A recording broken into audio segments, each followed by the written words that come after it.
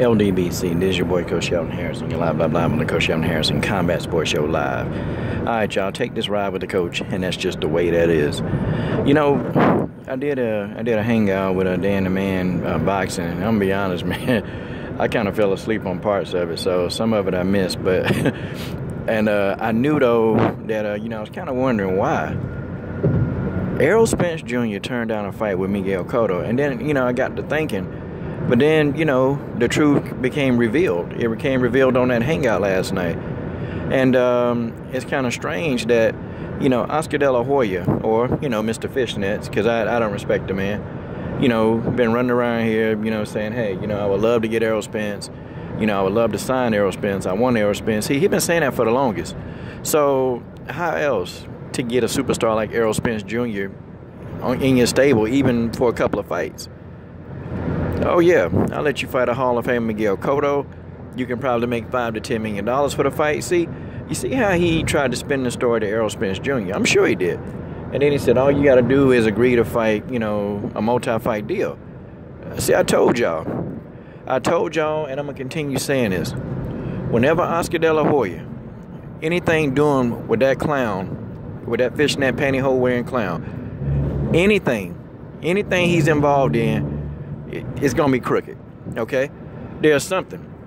And see, now, of course, if Spence and all these other guys, they say no, then it's going to make them look like, oh, okay, well, all these people scared of Miguel Cotto or they don't want to fight him. See, I knew it was a reason. I knew that there had to be a very solidified reason why a warrior, okay, a hungry wolf like Errol Spence Jr. would turn that fight down. Because it doesn't even make logical sense. And it didn't make logical sense. And see, it's amazing how Oscar De La Hoya, he run around here talking about how, okay, Floyd is bad for boxing, this is bad for boxing, that is bad for boxing. But, he don't even talk about what he's done that's been bad for boxing. I mean, he put that fight on Canelo versus Chavez. And you can clearly see, man, that Chavez wasn't trying to fight. He didn't fight. I mean, even in spots in the fight where he had openings to hit Canelo, he didn't take those chances. He did nothing. That fight was bought. That fight was thrown, man. Chavez took a dive. Point blank. Because even a Chavez who, and he looked like he was in great shape, everything. Even a Chavez who was offensive would have made that fight even remotely competitive. Even Canelo was telling him, okay, hit me. Hit me. Like, that's how bad that fight was. And people, golly. But that wasn't bad for boxing. Oscar's bad for boxing. He's horrific for the sport of boxing. On down to him putting Ronda Rousey on the cover, okay, of Ring magazine, okay? Like, that's how bad and how terrible this guy is for the sport of boxing. But, people always want to talk about how Al Heyman, Al Heyman this, Al Heyman is bad for boxing, it's ridiculous, man. And here it is now, man. So this guy trying to trick these people into these multi-fight deals, and of course they're going to say no. Of course they're going to say no. Oscar needs some more revenue sources besides Canelo. Like, really and truly, y'all think about the validity of what's going on in Golden Boy. If something ever happens to Canelo, if Canelo is injured for a long period of time, Golden Boy going to lose a lot of money.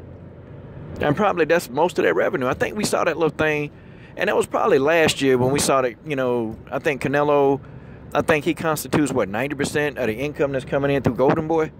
Like, that's crazy, man. One fighter on your roster is contributing to that kind of pay. Now, could I blame Oscar for trying to, give him, ask for these multi-fight deals? No, I don't blame him. But the thing of it is, though, is that these guys know Oscar's suspect. They know.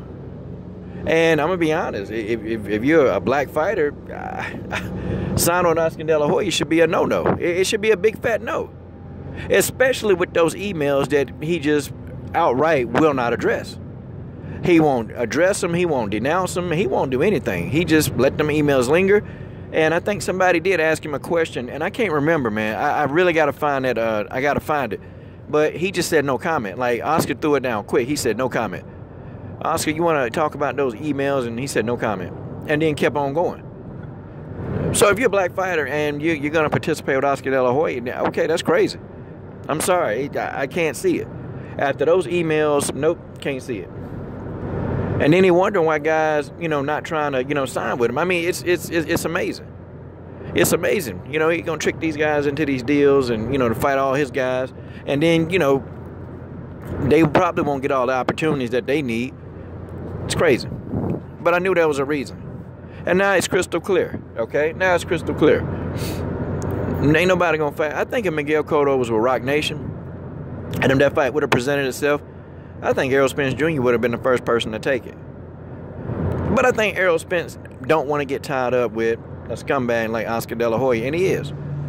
Y'all can try to defend Oscar De La Hoya. Look, man, this guy done had relations with a minor, okay, a DUI. Okay, I mean, are you serious? And I'm not talking about what he doing to himself. The cocaine addiction and all that stuff, that's what he did to himself. Okay, pretty much the minor. And you can try to defend him. That's fine. Go on and defend him, because that means that you approve of his behavior. If you come onto this video, and if you thumb down the video, that means that you approve of Oscar's behavior with that 15-year-old minor. How y'all gonna explain that? Absolutely not. Absolutely not. The man, he tries to, you know, portray himself like he's this, you know, righteous type guy, and he's not righteous, man. He's not righteous at all. And I don't care who it is, man. I don't even think the amount of money, man, because I'm sure they had to offer Spence a pretty good bit of money. And for Spence to say no, well, that tells you. Even Danny Garcia said no, and Danny Garcia probably would have loved that fight. A Cotto fastly approaching 40 years old. Oh yeah, that's right for the cherry picking, and Danny cherry picked Garcia. Even he said no. And you know, even if he said no, you know that there's a problem. And the problem, you know what? People don't even dislike Bob Arum as much as they dislike Oscar De La Hoya. I think people generally just can't stand Oscar De La Hoya. People don't even dislike Bob Arum like that. People, at least Bob Arum can get different races to sign, you know, under his banner. Al Heyman got different races on his banner. Eddie Hearn got different races on his banner. Even Kat DeDuva got more than one race under her banner. But this dude, Oscar De La Hoya, he got more than one, but he definitely don't respect black people.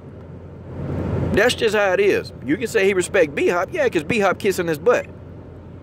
That's why he respect B-Hop. Hey, real is real. That's a fact. But go ahead, y'all, you know, keep on, you know, putting Oscar as the poster child for boxing and all this other crap. But this man bad for boxing, okay? Because you can't explain that Chavez fight. Even Canelo in the ring saying, okay, fight. Good job, Spence. Way to say no to that clown. Good job, Danny Garcia. Way to say no to that clown. A couple other guys said no too. But this is your boy, Coach Shelton Harrison. I'm done. What are you waiting on? Subscribe.